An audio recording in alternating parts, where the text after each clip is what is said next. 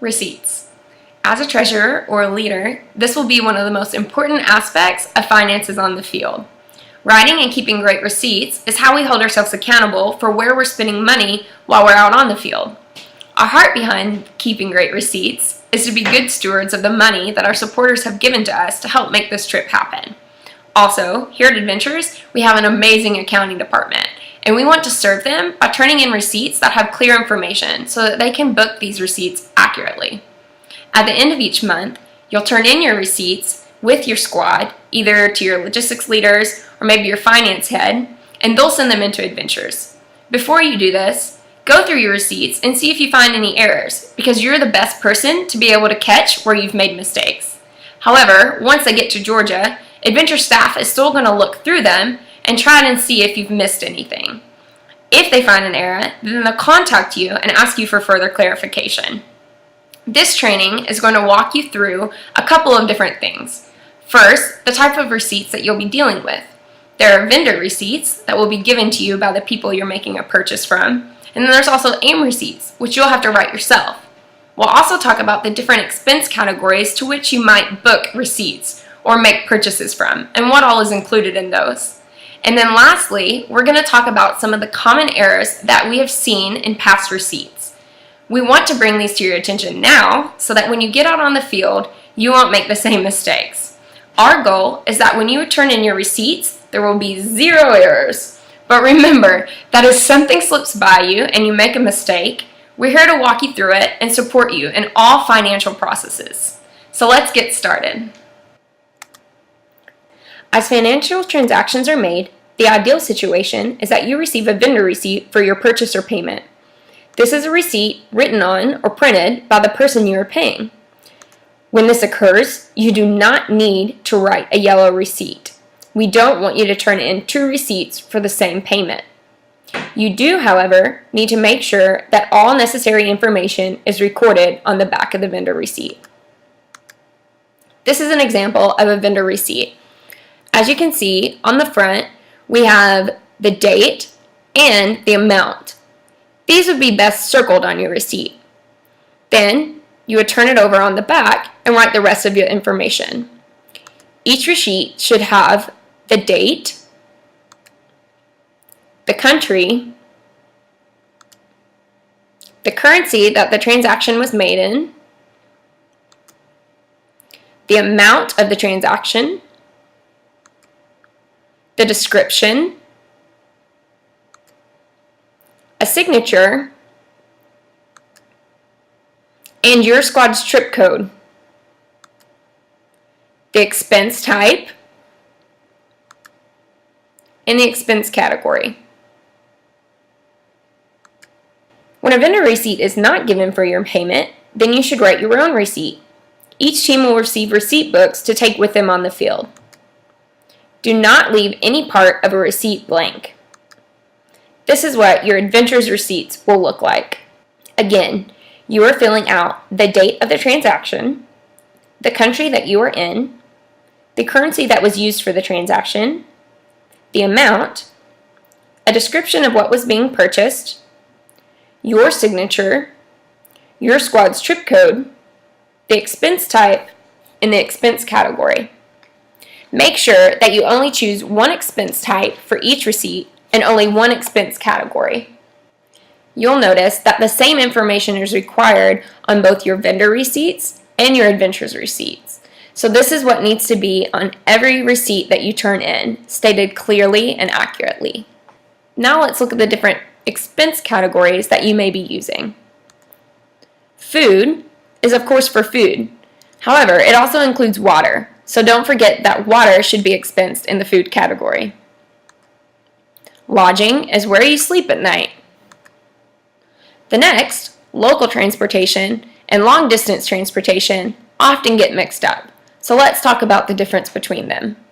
Long-distance transportation is travel that occurs between ministry sites and countries. So travel to and from your ministry site at the beginning or the end of the month is a long-distance transportation cost. Local transportation, however, includes types of transportation that aid in ministry or daily living, such as taxis or buses to and from the grocery store or church or other nearby places. If you ever have a question about whether a receipt should be local transportation or long-distance transportation, feel free to ask Adventure staff back home, either through email or Basecamp. Supplies are any kind of materials purchased that are necessary for living or for ministry. For example, you might want to buy team toilet paper, or if you need to restock your first aid kit, this would be supplies. If during ministry you're putting on a vacation Bible school and you want to buy some crayons for the kids to color with, then this could also be put into your supplies budget. Use discernment in what this includes, and always stick to your budget.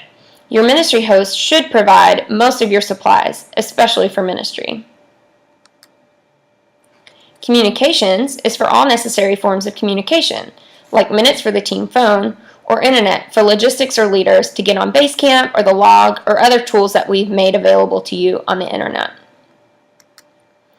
Translators should be checked when you've had to pay for translators to assist in ministry for the month. If money is ever stolen from you on the field, accounting needs to know what happened. So, you need to write a receipt for the amount that was stolen under the stolen money expense category. Postage should only be checked if you've had to send in receipts in some way other than DHL. However, this should rarely, if ever, happen, because each month, logistics should travel to find the nearest DHL to send in their receipts. When you send in receipts via DHL, you should never write a receipt, because Adventures gets expensed directly by DHL. Personal care is another category that should rarely, if ever, be used for you while you're on the field, because you don't have a budget for personal care items. However, you may find that your team is in need of necessary items like bug spray or sunscreen if people are getting burnt in a country. This could be expensed to a personal care category. Visas include any cost associated with purchasing visas to enter into any given country. And lastly, if you feel that your transaction is not defined by any of these categories, then you can use the blank for other. However, anything in the other category is not a budgeted item, so you should spend sparingly here. And make sure that your description is very specific so that we know what it is that you spent your money on. Now let's talk about some of the common errors that we've seen on receipts in the past. The first has already been said, but it's worth repeating. Do not leave any area of your AIM receipt blank. And in addition, be sure to include all information on your vendor receipts as well. In the example on the left, you can see where they've left their description blank. This is no good. We want you to fill in everything, such as on the right, where on a vendor receipt, all information is still clearly given. Also, please only select one expense type and one expense category. You may come to a month where your host requires one lump payment for food and lodging. However, you need to write two separate receipts for this, not lumping it onto one receipt. So in our example, instead of a receipt that has both food and lodging check, you should split it into two receipts, one for food and another for lodging. Next, never under any circumstance turn in an ATM receipt or a receipt for an ATM fee. This is because when accounting sees them, they see it as money that was spent, not money that was given to you. If you need to keep an ATM receipt that was given to you by the machine, you can, so that you can put it on your spreadsheet later and won't forget how much you withdrew or how much the fee was. It's okay to put these on your budget tool spreadsheets. In fact, it's very important for you to put it on your budget tool spreadsheet. But never ever accidentally turn in your ATM receipts with the rest of your field expense receipts. Next, do not write a money symbol in the amount section of the receipt. This is an easy error to make because we're so used to writing dollar signs in front of our numbers.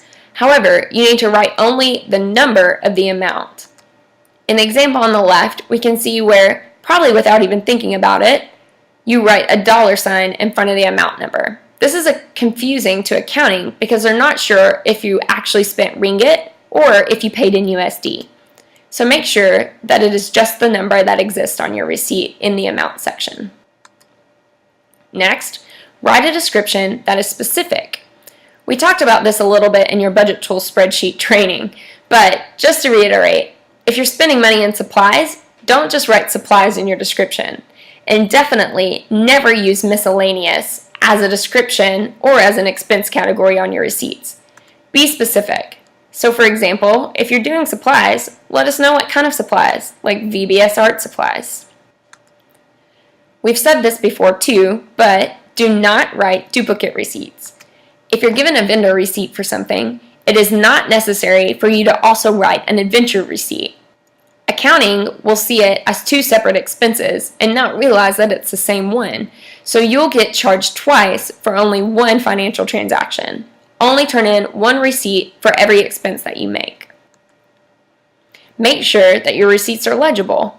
Unfortunately, it's a little hard to read highlighters or markers, as you can see in the examples below. Use a pen and make sure that it's easy to read what you're writing. Next, if a vendor receipt is in a foreign language, make sure that that information is also represented in English. As you can see on the left, it's a little hard to understand what that receipt says. As intelligent as our accounting department is, they don't know the languages of all the places that you'll be going on your trips. So just turn it over on the back and write out all of the information that's required on a vendor receipt in English. Make sure that your trip code is on every receipt.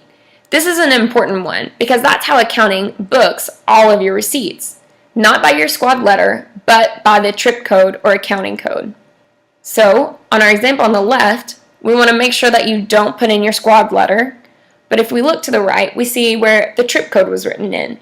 This is the accurate way to do it. So to sum up receipts, remember that they're your first and top priority. Your budget tool spreadsheet is built from your receipts. My advice is that at the end of each day, you take just a couple of minutes to make sure that all your receipts from the day are clear and concise, and then input them into your budget tool spreadsheet, count your cash on hand, enter it in, and make sure that you're all squared away. Remember that the more organized you stay, the easier finance life will be for you. At the end of each month, you will put all receipts of the same currency into a plastic bag with your team name and squad code written on the outside. If you have more than one currency that you've written receipts for in one month, then they should be in separate receipt bags. Your finance leader will look through your receipts for accidental errors, and then your logistics leader will collect all squad receipts to be sent into the adventures office. We'll look through them one more time, and like I said, contact you if there's any errors. So that sums up our receipts tutorial. If you have any questions while you're on the field or a certain situation has you confused, remember, like I said, we're always here to help you. So just get in contact with us and we'll walk you through it.